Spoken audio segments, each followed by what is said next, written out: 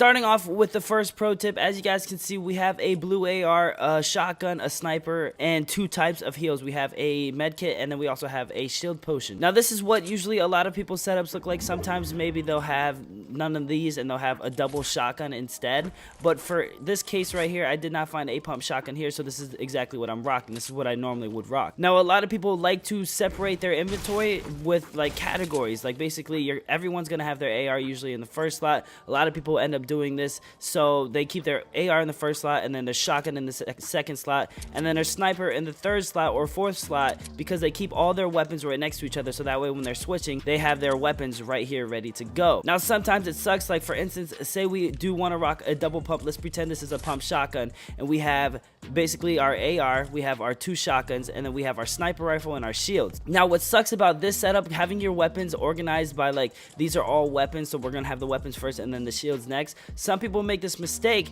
but a pro tip is to put the sniper at the very end, no matter what it is. Even if this is shield pops or grenades or anything like that, whatever this slot is right here, it doesn't matter what it is. Always have your assault rifle all the way at the far left and your sniper rifle all the way at the far right. And then of course you always want to have your shotguns right next to each other, so that way you can actually double pump on console. It's a little bit easier. Now you're gonna see PC people, they can have it however they want because they have keybinds, so anything like this they could still double pump just like this because they don't have to go through each one to get to the certain object. Now, with that being said, back to the sniper. The reason you're gonna want to have the sniper here is because you're gonna see a lot of pro PC players, like say for instance that bushes somebody. I take the shot and you're gonna see them switch to their AR instantly to finish it off. Say I hit him for 160 damage. I can take one shot and finish him off in an instant, you guys. You're gonna see a lot of pros do that. What they'll do is say that tree's a person, they'll hit the tree and they'll switch and just light it up with their AR so that way they can finish it, because sometimes you'll get a body shot and it'll only be a hit marker and you need something to finish them off. Now if you have the the sniper rifle over here, it's going to be a little bit harder because once I take this shot I have to switch over twice just to get to the AR, so it's a lot quicker to have the sniper rifle in the last slot. I actually learned this from one of you guys. Subscribers commented in one of my videos telling me to do this, and I've done it ever since. It always helps, and it makes you a better sniper, because not only are you going to snipe people and then switch your AR and shoot them real quick, but your teammates are going to be like, dang, you're really knocking people extremely quick. It's going to help out in situations where maybe 3 teams or 2-3 people are pushing you and your team and you need help. Like say a sniper rifle, yes, I can snipe him, get him weak, but then I need the AR to finish him if I don't get that headshot with the sniper rifle. So that's pro tip number 1. The next pro tip that not a lot of people really like to do, but as you guys can see, I just walked into this house. The first thing when you walk into a house is you want to find a weapon. If you don't have weapons, if you do have weapons and you're safe, don't worry about this. But if you're just looting, every time you walk into a house, hit every single piece of furniture, except maybe this furniture right here, because that'll only give you 7. But all this stuff right here, this will give you a lot of wood, you guys. We can literally go into the houses and just hit nothing but the wood, break down the walls and stuff like that. And by the end of it, some houses can actually give you up to 200 wood just by hitting the furniture in that house, which I don't know about the material nerf that's going to be happening in the future, but like say for instance we hit this, that gave me 8 wood just hitting one of these. So hit the other one. Why not? It's quick, it's real easy, and it gets you a lot of wood. So for instance, right now we have 425 wood. Let's see how much wood we can actually get out of this house right here. Right when we walk in, hit the kitchen, because the kitchen always has a lot of wood. 2 chairs. The TV doesn't give you that much, but you might as well hit it, because why not? Move up to the next floor, more furniture to hit. We got a chair, barely gives us any, but 4 will still add up. And then right there, see, sometimes it'll give you 5. We use 10 right there, but we're gonna get the 10 back right here by breaking this. And we have that wood. Open the chest, and now we have 511. So that house right there gave us 60 wood. Now it might not seem like that much, but if this house gave me 60 wood and that house gave me over there gave me 60 wood, that's already 120 wood just without even hitting trees or anything like that. If you hit the trees outside of it, you can easily get 200 wood just by hitting a simple 2 houses. I'm gonna show you another example over here. Oh, here's a perfect example to show you guys. Okay, well, I guess I got a headshot on him. Sometimes you're not going to get that headshot, so you have to switch your AR extremely quick and then try to pop him off like that. But it's okay, because we finally got a pump.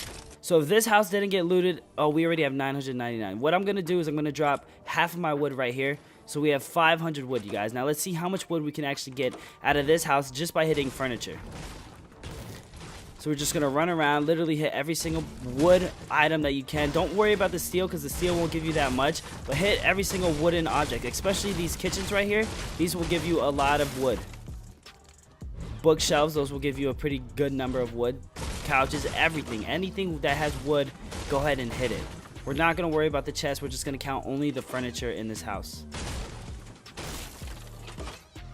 And as you guys can see, we have 650. So this house right here, just this house without breaking walls or any chests or anything like that, gave us 150 wood, which is insane. That's a big amount of wood. And if you're doing this in every single house that you're hitting, you're going to have 999 wood very easy. And having material is massive in this game, you guys. You're going to want to have as much wood as you possibly can, because especially in the end games, that's when it really comes down to the build fights and stuff like that. And if you run out of material, you're probably going to die, because the other guy's going to have high ground on you. He can play with you. He can do whatever he wants because he has way more mats than you have. And since we're talking about farming material and stuff like that, hit these wooden pallets. I don't know if you guys know this, but these wooden pallets give you a lot of wood. For the third pro tip, what I want to tell you guys is the pyramid. Now, some people actually like editing these pyramid ramps to be ramps like this, so that way it's a lot quicker. But if you're playing on Builder Pro, this does not matter. You can actually use these ramps for a different purpose, which is really good. Not a lot of people actually do this, but what you want to do is, say for instance,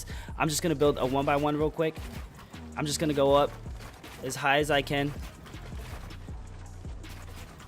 Not that high. I just want to go up a good number, a good height. So basically right here, say we're in a build off or something like that and I need to get down quick, but I don't want to sit there and do this and all the way down to the very bottom, because that's going to take too long, or I could end up dying, or I'm running away from the storm, or certain situations where you're not going to be able to do that. What you want to do is you want to have this preset to these front 2 steps instead of the back 2, so that way it looks like this.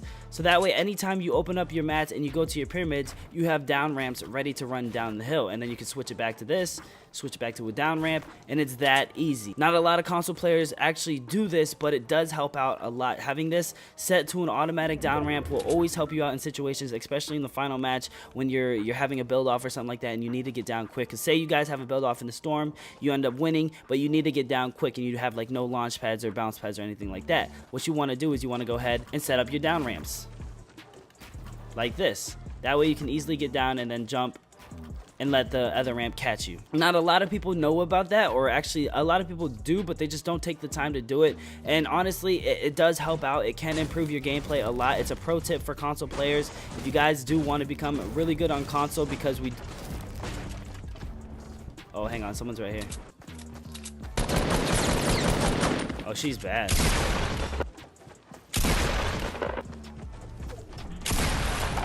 We're gonna rock the double pump. And so say like a situation like this where it's gonna be hard for me to jump down because I'm too high up or anything like that. Like I won't catch anything down here, so I'll just fall to my death. Say we're extremely high up. All you have to do is put this wall up here and just go to your down ramps and just take your way down all the way down. That easy. You don't have to sit there and edit or anything like that. It's quick and easy and ready to go. And that's part of Fortnite. You want to be able to have everything quick, because even the milliseconds, they do matter in this game, because that millisecond can change from you putting up a wall and them jumping through it, or them actually getting stuck on the other side. Okay, there's people over here fighting. So what I'm going to do is I'm going to come over here, let them fight, let them get each other weak and stuff, and then once they're ready, that's when I can go ahead and try and steal the kill. This guy that has high ground, he's actually probably really good, so I'm going to just go up there and fight him.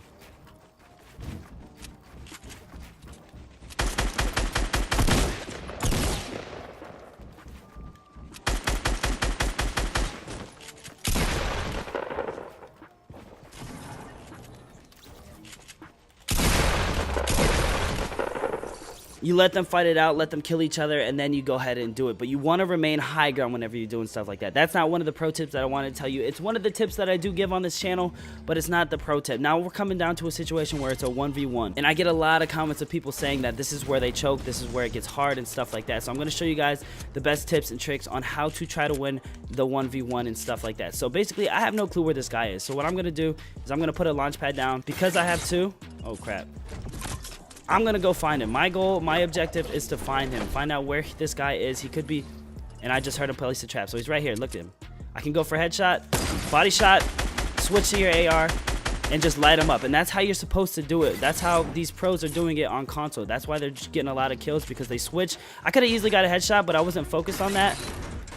I was focused on showing you guys exactly how the technique works. But those are the best pro tips that I can give you guys when it comes to solos that not a lot of people give their fans and stuff like that, their viewers.